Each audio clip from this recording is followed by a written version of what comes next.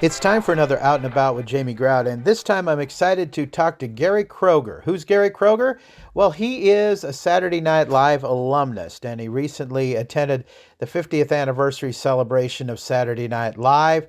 He was on SNL during the time when people like, you might have heard of Eddie Murphy and also Billy Crystal and many others, including Julia Louis-Dreyfus, who, of course, ended up being on Seinfeld, and other folks were on SNL. He has some great anecdotes and stories to tell about some of the people he was on Saturday Night Live with to tell us about in just a few moments. But first, a word from our sponsors, including Mercy One. Now, if you have a chance, you should attend the big gala coming up on April 26th. It's a fundraiser for Mercy One Newton, and specifically for the emergency room at Mercy One. Want to raise a lot of money because that emergency room needs lots of renovation. The social hour begins at 5:30, featuring a cash bar and dinner at 7 p.m. Thus, they're going to have a dessert, live and silent auction, a 50-50 drawing, and a wine toss. And again, all proceeds from the event will support the Mercy One Newton Emergency Department. It's sponsored by the Mercy One Newton Auxiliary and Foundation. Tickets are $60 per person, and you can call 641-787-3179. That's Saturday, April 26th, the big Mercy One Newton Gala. I hope to see you there. I'll be the auctioneer, and the one and only Mark Allen will be my ring man. He'll be the master of ceremonies.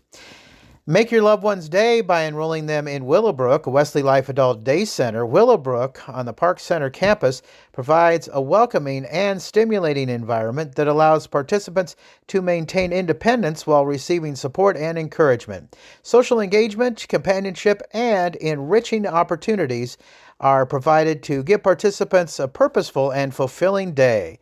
Willowbrook's a person-centered care includes exercise focused on total health and well-being and programming that includes music therapy, pet therapy, guest speakers, outings, and much more. If you'd like to learn more about Willowbrook, give them a call at 641-791-4500. That's 641-791-4500 to arrange a tour at Willowbrook. Life's better when you're under the American Family Insurance Agency's roof because their agents can help you choose insurance to help protect what matters most in your life. Well, what is that? That's life insurance from American Family Life Insurance Company. It can help financially protect your loved ones by replacing a portion of your income if you were to pass away. That means your family could have the help they need to continue to pursue their dreams. Contact my buddy Justin Goodfellow. He's an agent and the agent at Justin Goodfellow's agency at LLC at 641-792-8438 today. That's 641-792-8438. Products not available in all states. American Family Life Insurance Company, 6000 American Parkway, Madison, Wisconsin. It's time for another edition of Out and About with Jamie Grout, and I am super excited to be talking to my old friend Gary Kroger. I haven't spoken to him in a long time. We used to run into each other occasionally when I lived in the Waterloo, Cedar Falls area. Had him on the air with me when I was on Mix 96 here in town, and I think my former boss, Jim Koloff, was a little ticked at me because I maybe played one or two songs when I had him on the air with me because he told so many great stories about his days on Saturday Night Live as an alumnus on that show. We had Tim Kazurinsky on with us on the phone. Yes. And I am excited to kind of rehash this because this year is the 50th anniversary of Saturday Night Live, and he was in the audience, and I'm so darn proud of him for getting on stage. I sure did. Between Paul McCartney and Lorne Michaels, and I posted the picture on Facebook this morning of it. Gary, before we get to the SNL stuff, I want to know, now, were you in theater in high school? Oh yeah, I was obsessed. I was that guy. I was the guy that had to be involved in some way or another in every show. It's what I wanted to do. Were you always interested in theater, even as like a little kid? Well, yeah, I can't think of a time. I wouldn't have called it theater when I'm 3, 4, 5, and 6 years old, but I enjoyed entertaining. I would watch Red Skelton. I loved Barney Fife on the Andy Griffith Show. I loved Dick Van Dyke. Sure. So those were sort of my role models. You know, I met Dick Van Dyke. You did. I was an extra in the movie Cold Turkey. I met Dick Van Dyke on Cold Turkey too, but I was just some schmuck little kid that went down there to watch them film, and I got his autograph. Was it in Winterset or Greenfield? Winterset. Winterset. My grandma and grandpa were in Winterset, and I met him in Winterset and took pictures of him. And I was also an extra in Greenfield because I had cousins living there. I was there for one day, but I was such a pain in the butt to my sister, who was also in Greenfield, that she called my parents to come get me and take me home. Well, you know, funny, we should talk about Dick Van Dyke, because thinking about role models or artistic role models. Yes. The Dick Van Dyke Show, of course, was huge, and it was something that we sat down to watch. But he was Bert in Mary Poppins, for heaven's sakes. Yes. And Chitty Chitty Bang Bang was just as magical to this kid. So here he was, Dick Van Dyke. I cherished his autograph, kept it in my wallet that was eventually stolen, so I don't have it anymore. Okay. But Dick Van Dyke was that's what I wanted to do. Sure. I wanted to be a creative person who had a television show or something like that. The path is to do theater in high school. That's where you learn, you develop some chops. And then I went on to do theater at Northwestern, where I went to theater school. And then it's sort of a circuitous path to what became my career. But it all started in theater. So from Northwestern, what did you go to? What, Second City or the Groundlings or what? Second City. Second City. Well, you know, I'm trying to keep the Reader's Digest version of this, because in real time it would take hours, it would take days to tell the story. But I went to theater school, just major in theater at Northwestern. And it's a great reputation. Yes, everybody it does. would say, you got to go to Northwestern. Well, my humble and parents of modest means, we cobbled together a way to send me to a very expensive school. And I had work study, and I took jobs at night and in the morning. We found a way to do it.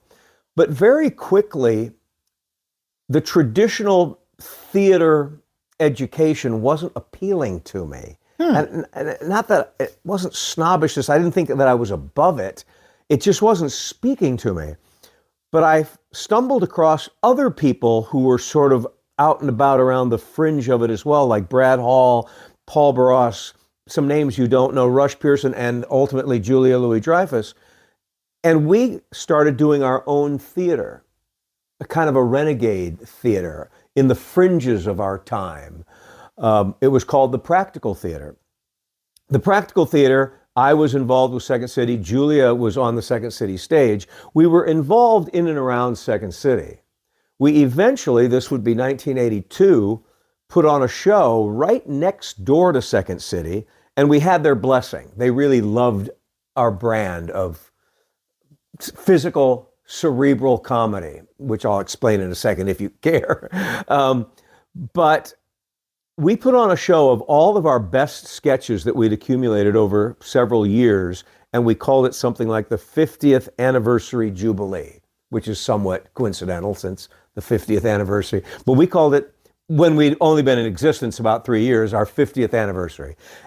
And in the beginning, it got Second City's spillover audience, people who couldn't get a ticket, that, oh, we'll go see these kids next door. Well, we became a local hit, selling out. Wow. This little space. It's now called the ETC space. If you're from Chicago, you know what I'm talking about. And we were a big hit, and our show was just getting rave reviews. I was hoping to get an agent. I was hoping maybe I'll get a commercial, make a couple $1,000s, make a little money. Then we heard that one night, this would be September 1982, Dick Ebersol and Bob Tischler were in the audience. Now, I'll give you some backstory to that. I'm doing the show, and I do have an agent eventually, and they said, hey, Saturday Night Live wants you to put some stuff on tape. I go, what? Just do voices or characters in front of the camera. Come into my office and we'll do it. I go, okay. So I did a bunch of weird stuff that I've never seen, and I guess it was set out there. Well, on the basis of that, I think Tim Kazurinsky came to check us out. And he went back and said, hey, you got to see this Kroger kid. Well, they came out and they liked all of us, every one of us. They didn't like me any more than anyone else. Now, I may even have the story wrong, but that's sort of how I've been told, that they were checking me out, but they loved Brad Hall. They loved Julia. And Paul Barras was hired as a writer. So we ended the show in September, and I remember driving down Lakeshore Drive to our last show in Chicago with Julia, and it felt like we'd won the lottery. Oh, I bet. It did. It's just like, Yeah. It was never, ever, Jamie, my design to be on SNL. I would watch the show every Saturday religiously, like everybody else in the dormitory, but I had no desire to do sketch comedy. Wow. None. Uh-huh. The practical theater I enjoyed because we were doing political comedy that was still very physical, sort of guerrilla theater. We were social commentators, so I felt like we were doing something important. But then we found ourselves in New York as the new cast of SNL in 1982. And I hope it never sounds like sour grapes. That's the best part of the story. Mm-hmm. The anticipation of what it could be, because getting there, it was never what we had hoped. You know, we weren't really embraced by the other cast or the writers, not initially at least. And so it was really hard for us to find airtime and get any momentum at all. Brad left after 2 years. I managed to be there with Julia for 3 years. And I did feel in that last year with Billy Crystal and Marty Short and Chris Guest that I was becoming part of the ensemble, and I figured out how to do this now. Mm-hmm. I figured out how to write for television. Were you also in the cast with Eddie Murphy or no? Yeah, Eddie Murphy was there, and I'll go back a little bit. When we got there in 1982, we went into Dick Ebersol's office because Dick had taken over the show because Lauren had left. And he said, I want you to see what we've been doing. So he puts on these videos of Mr. Robinson's Neighborhood, Tyrone Green, all these Eddie Murphy characters, and a lot of them had Joe Piscopo. And I remember turning to Brad and Julia and Paul going, why are we here? This stuff is great. They don't need us. Mm-hmm. And Dick said more or less, Eddie is already starting to do movies, and we want to kick this show up again. We want to challenge him again. We want to go back to the beginning of what it was like in '75 when you had these renegade improv actors, and we're hoping that you guys can deliver that. Well, that's all the help we ever got. From then on, it was just sort of be left on our own. But we were there with Eddie Murphy, and we did learn how to do it over time. I mean, look at Julia's career now. Sure, you bet. I mean, she doesn't look back at SNL fondly, but she would say, hey, I learned a lot. It was graduate school for being on television. Mm-hmm. Was Larry David involved at Larry that time? David came in as a writer the last year, which was with Billy Crystal Mm-hmm. and everybody else, and Marty. He came in the last year from Fridays, but he never got anything on the air, and he was so frustrated. And he'll tell you the story, and I've seen him tell the story on talk shows. He was so mad that he quit during a show, realized what he had done, giving up a paycheck, and came back to work on Monday. That's an episode of Seinfeld. It's an episode of Seinfeld. Well, there's another episode of Seinfeld that I'll tell you about too, and this is an inside story that I've never heard anybody else tell. Okay. And maybe they can't because I was there. At the last show of the year, the wrap party, at the end of '85, Larry comes up to me and he says, I don't know if this should go out there. This is a podcast. This isn't radio. I'm going to kill Dick Ebersol tonight. And of course, I'm funny. That's funny. And he pulls out a little vial of clear liquid, and he said, I'm going to slip this, I don't know what he said it was, cyanide, I don't know, into his drink. He's drinking a gin and tonic over that side of the bar. He's going to slip him a Mickey. Yeah. And I'm thinking, how elaborate of a joke is this, Larry David, for you to actually put together the vial of liquid to say you're going to... And I said, just forget it. But I watched him circling Dick, and I started thinking, what if this is real? Am I an accomplice now to a murder? And I remember leaving the party thinking, I should have said something, but I'm probably just being set up to look like a fool, so I just let it go. Well, obviously that no murder took place. Right. But then years and years later, do you remember the Seinfeld episode where George...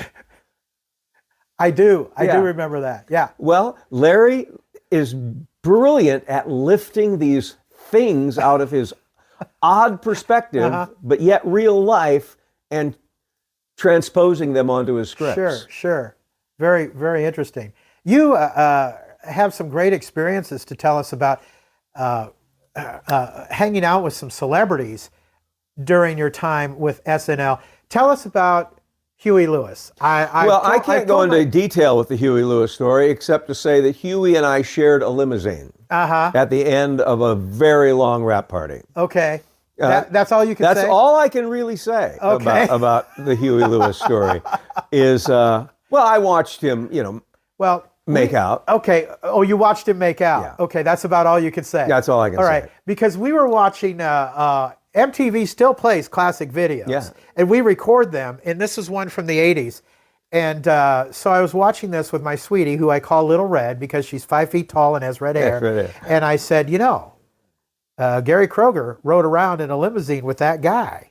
Yes, he did. Yeah, and she's like, really? She was very impressed. Well, we were by the only two people, and a couple of young women left at the bar at the end of a rap party. It's got to be 6:30 in the morning. Huey's got a limousine, and he took us all home. Okay, could you tell us about your date with Megan Mullally?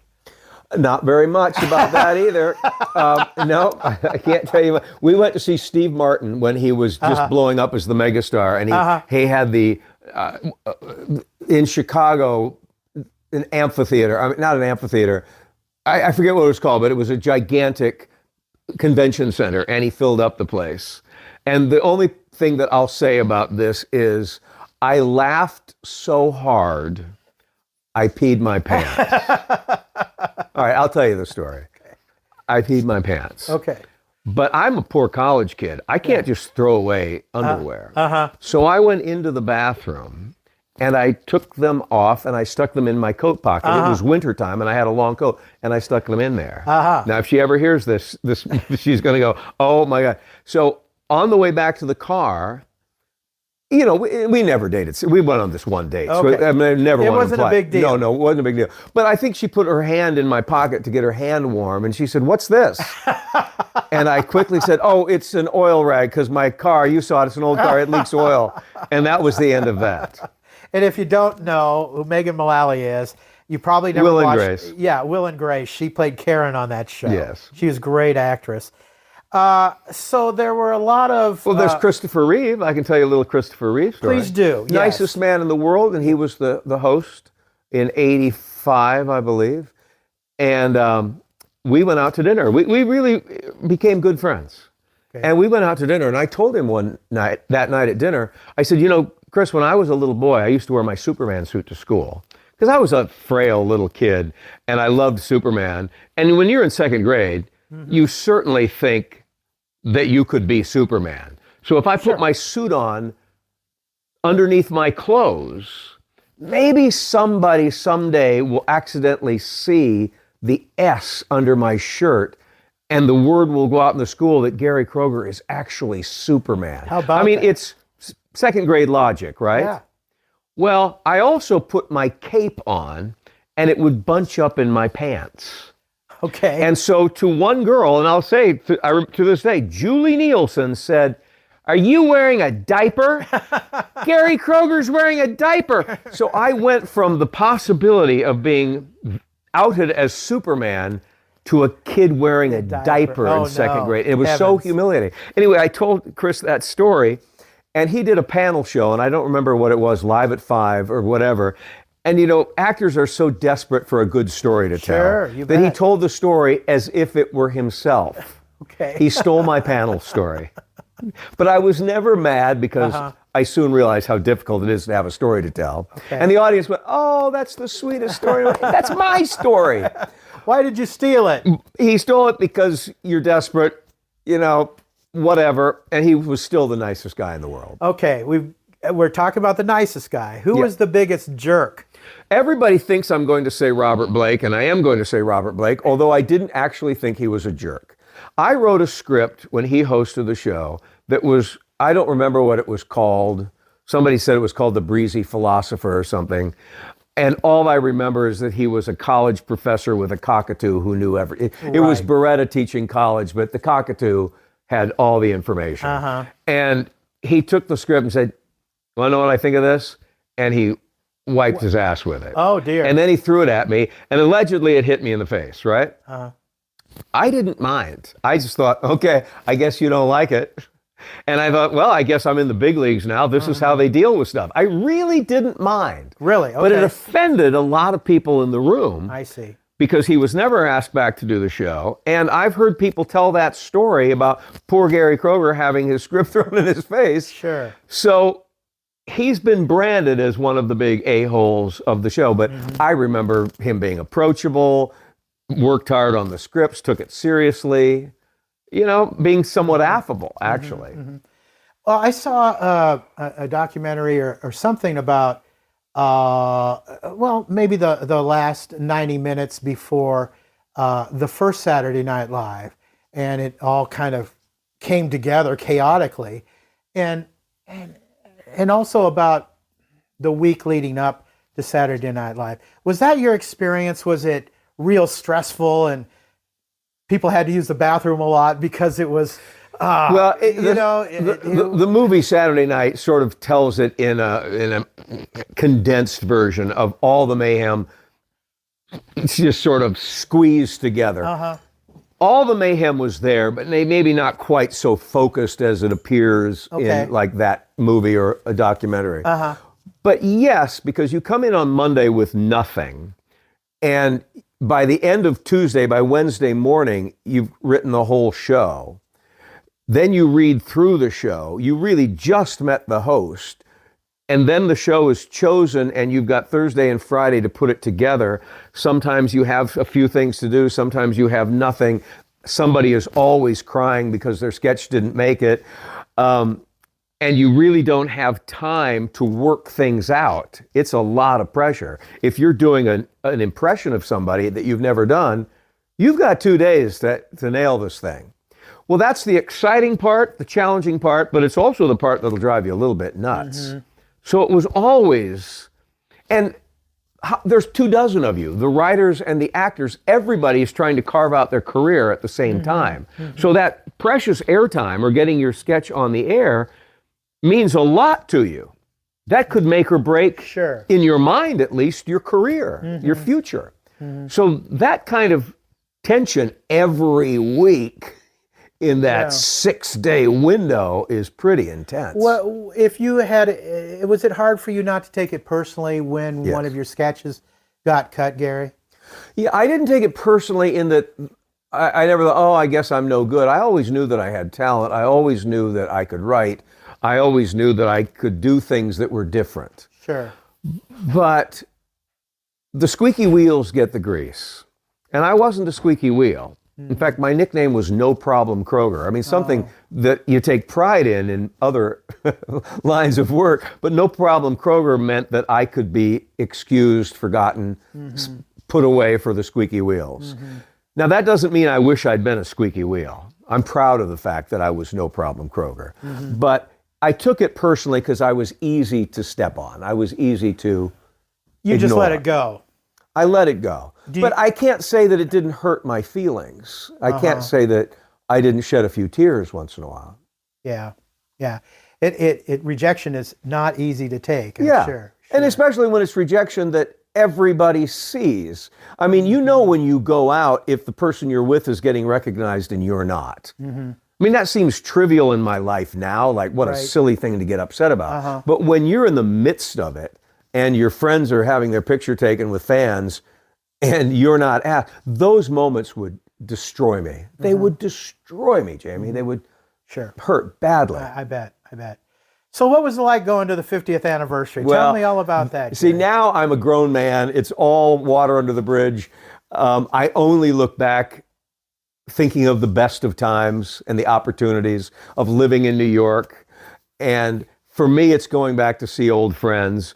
I'm not particularly starstruck, but at the same time, you can't help but notice that, Chris Pine is going up the stairs and there's Oprah Winfrey, there's Tom Hanks, Alec Baldwin walks in, how can you not be starstruck? Hi, Cher. I mean, how are you not? Well, And you sandwiched yourself at the end between Well, Lorne here's where Michaels I'm and Paul so McCartney. much smarter than people think. I knew the game because I'd gone to the 40th, and I knew that everybody would get up on stage for the final goodnight that went to the show. So when it was time, I got up there very quickly. Now, I didn't intend to stand where I was. I'm telling the truth. But Marty Short was there getting ready to say the goodnights. He was alone. Now, Marty's an old friend from the show, and I hadn't seen him yet. Okay. So I said, hey, so we exchanged a few words, and I stepped up on stage, and I'm looking for Brad Hall, because Brad is there with Julia. And he's married to Julia Louis-Dreyfus. He's married to Julia Louis-Dreyfus. And I knew Julia was coming up to the stage, but there's Brad sitting in there, and I'm going, Brad, what are you doing? He's very modest, and he doesn't embrace SNL exactly, and so he said, I don't want to go up. No, you have to. So he starts to come up, and then I notice that the red light is on the camera, which means we're on air now. And as I saw Brad coming up, I noticed there's Lorne Michaels coming up. Paul McCartney is now to my left, and I'm right here. And I remember saying, I'm not going to move. Because I wasn't in the show, and I thought, if anybody stayed up this late that knows me, they now see me. I remember you telling me that if you weren't in a skit while you were on the cast of Saturday Night Live, that you made it a point to get up front at the end of the show. Because in an audience's mind, they're not counting your sketches, they're not counting your lines. They only know if they saw you or not. So the one thing I did do is I knew that I'd get up on stage, so I wore a red tie to a black tie event, only so that my wife and kids could find me in the crowd. But now Mr. Red Tie is right there, front and center. Yeah. And to my point that the audience just knows if you're in the show. I didn't think anything of it really, except hopefully my family saw me. I get to the after party and my phone is blowing up. Kroger, we saw you in the show. People from Cedar Falls all over the country. Kroger, we saw you. And then they're screenshotting the picture and I'm going, oh my God. Oh, you were right there. I was right there. And it doesn't end there. The next day in the Times, in the New York Times, big page, there's that picture. It doesn't end there. I get back to Iowa and a page of the Des Moines Register is my face. There you are. From that picture. Yeah. Well, you know, we couldn't be more proud.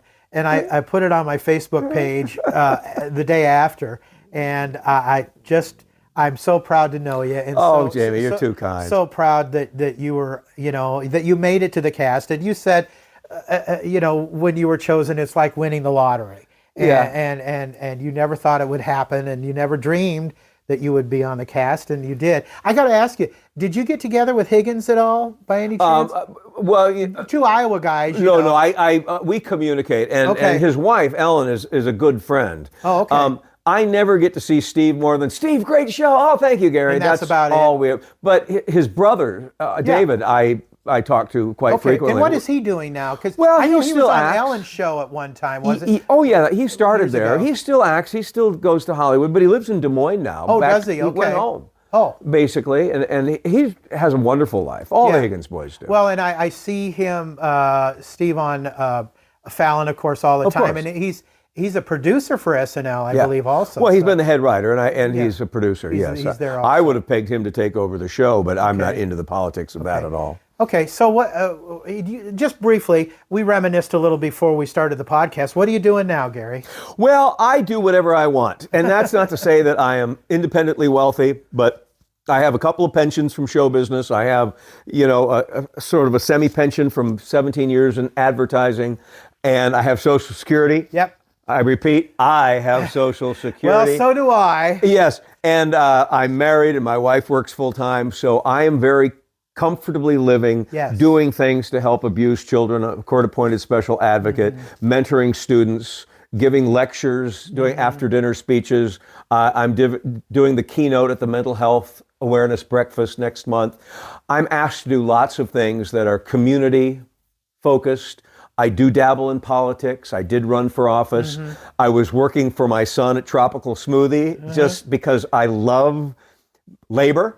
Really, I love labor. And I was cutting carrots and slicing strawberries with the best of them. I'm not doing that anymore because my son is...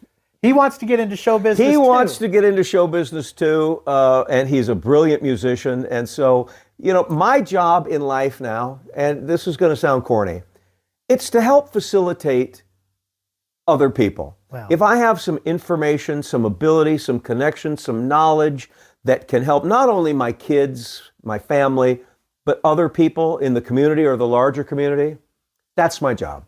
God bless you.